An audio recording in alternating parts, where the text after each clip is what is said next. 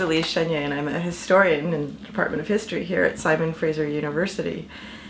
The reason I came to history actually as a discipline is because I never really could understand why it was that women were unequal, and I couldn't understand why it was that gays, lesbians, and other people on the sexual margins were so marginalized. And I really couldn't understand why it was that Canada's First Nations peoples and people of color, immigrants, were also so discriminated against. When I went to university as an undergraduate, what I discovered is that history could really crack those nuts open for me.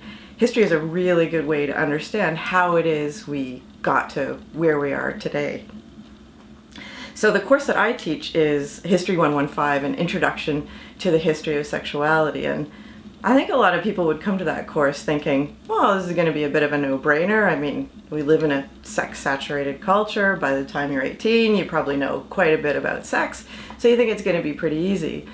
But what I always tell my students is actually exactly for that reason, it's the hardest course they're probably going to take, because in order to grasp the insights that historians of sexuality have to offer, they have to unlearn everything they think they know about sex. So for example, you probably think that sex is natural and the primary purpose is for reproduction. But I always like to say, when you have sex, is your purpose reproduction?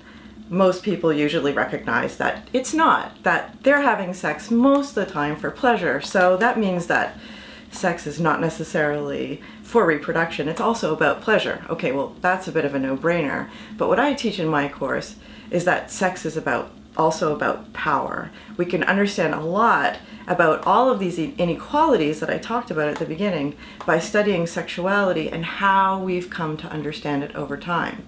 So I'm going to give you an example of something that I show my students right at the beginning of the class. So here's a 16th century drawing from a medical textbook. So you're looking at this drawing now and you're probably thinking, this is a drawing of a penis. But if you look carefully at the top, you'll see that it's cut and there's an opening. In fact, this is a drawing of a vagina.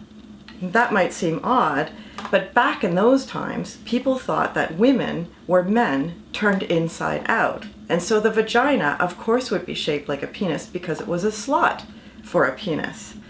So when we look at this image, one of the things that we can understand is that medicine is not a neutral, objective field of science.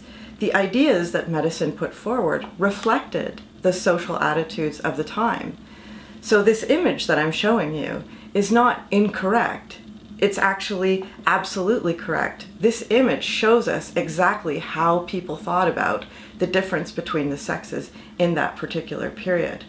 So historians can help us understand how medical science have contributed to changing ideas about sexuality. Now, we think, okay, well, back in the day, they didn't know anything, right? We're a lot smarter now. Science has come really far. Well, now I'm going to show you another image. This is a very recent image, and the drawing that you see here is a clitoris.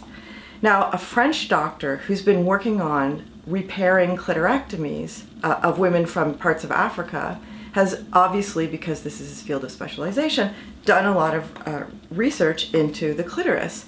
And this picture of the clitoris is very different from what we think today the clitoris is. This shows us that the clitoris is actually quite a large organ that surrounds the vagina. So we're still discovering stuff about women's bodies today. What this doctor tells us is that women's bodies are very misunderstood or not well understood because we simply just don't care that much about women. So as we can see from this story, by looking at the history of medicine, we can learn a lot about social attitudes toward men and women and their sexuality. And if we look at these two examples together, what we see is that science is neither bad nor good, or it can be both negative and positive, but the point for us as historians is how science reflects the social attitudes of the day. And that's the kind of thing you'll learn in History 115.